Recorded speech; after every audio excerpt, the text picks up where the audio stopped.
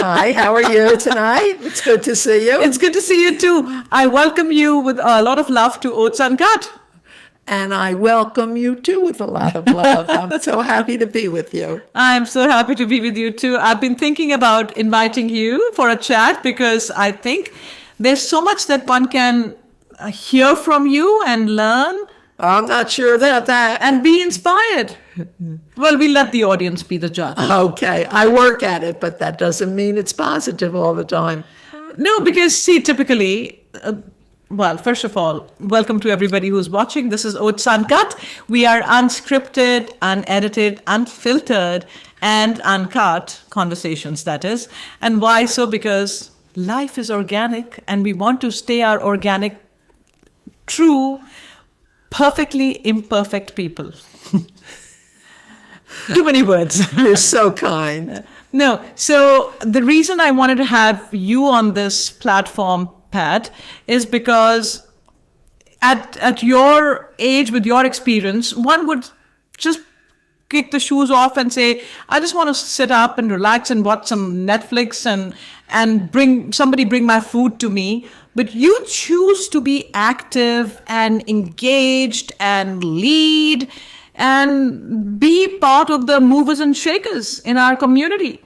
What keeps you going? First of all, how many years have you been in politics? I've been active and engaged my entire life. I was brought up in a family that was very, very interested in government and politics. Mm-hmm. And it was always discussed in my home. And when we sat down for dinner at night, in those days, we sat down for dinner all together each night, and we always talked about the government and about politics, and my whole family was engaged, and it was always something that I wanted to do and be involved with, and I've always had the energy to continue to do it. And we are very grateful to have leaders like that. Thank you so much. So, what was the start and how did you start? Just take us down your journey briefly if you can. It's a long journey. I don't know how we can. It's a long journey. Well, when I was growing up, and I'm going back quite a while, when I was in high school, there was the Joe McCarthy, if I have the right name. He was going after all those who were involved in government and teachers who were communists. And he had the House Un-American Activities Committee, and it was a horror in this country. And I have a lot of relatives who were teachers and principals, and my aunt was teaching in Newark, and my uncle was a principal in Newark. My other uncle was teaching in Patterson, and many of their friends were called before the House Un-American Activities Committee, and I was horrified by what was going on. And that we had that stage, then I went through the Nixon era. It always seems to be one thing after another, and I really got involved in the 70s. I was out of college and I really got involved in what was going on. And so 50 plus years of... I marched in Washington many, many times with large groups of people for the women's rights. I went to Washington many times. And we're still marching. And we're still marching. I went for women's rights. I went for labor, the labor movement. Mm-hmm. I was against what our government was doing in Vietnam.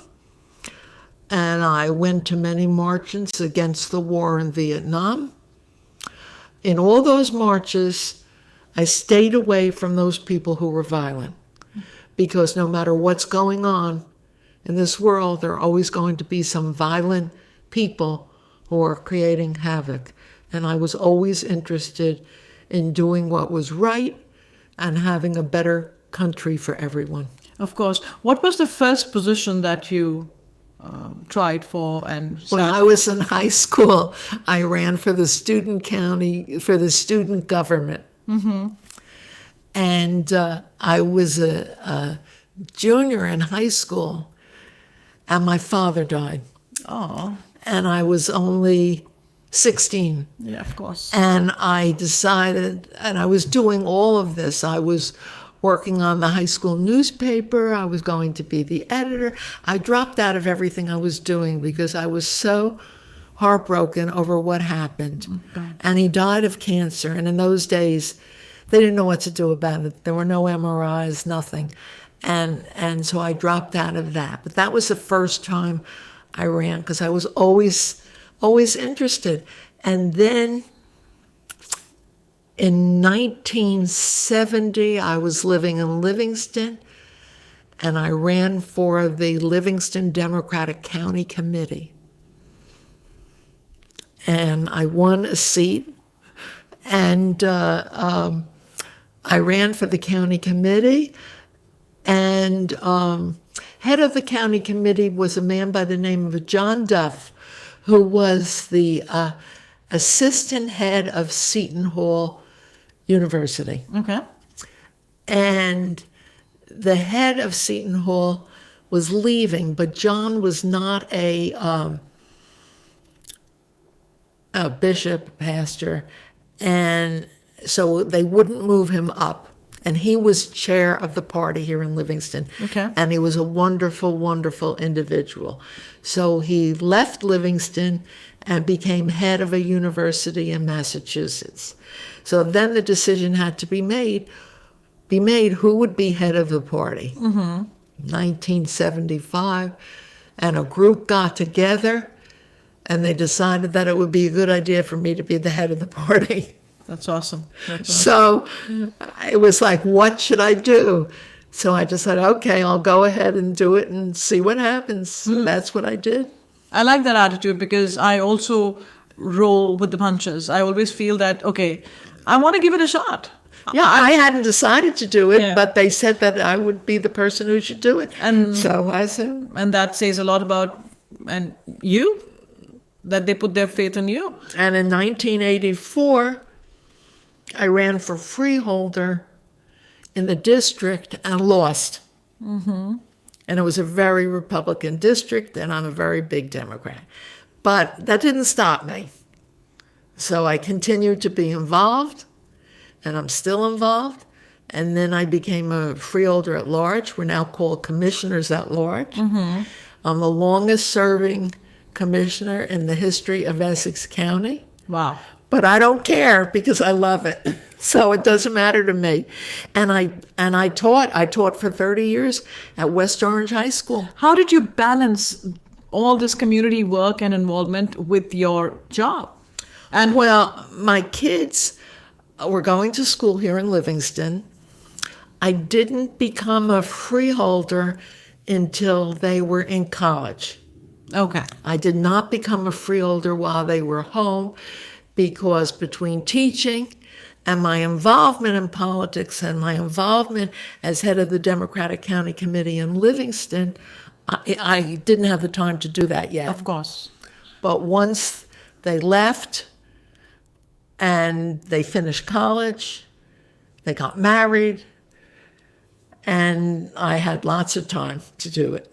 And time very well used. Thank you. So you were teaching for how many years? 30. What subject were you teaching? English. English. And you had some really cool students. Yes, I had some wonderful students. I really did. Let's throw some names out. Okay. One of my students was Mark Kelly, the astronaut, The astronaut. who is now a senator from Colorado. And he had a twin brother. And his twin brother was not my student, but Mark was my student. And when they renamed the Kelly School, they renamed Pleasantdale School in West Orange. They decided to name it the Kelly School. The superintendent called me. I was no longer teaching, but they knew that he had been my student. They called me if I would be there, if I could go. And I said, of course. And I went. And I'm truly sorry, to be honest with you, I'm truly sorry that he did not run with Kamala Harris to be vice president of the United States because they were thinking about running him. And I would have been thrilled if they ran him as the vice president.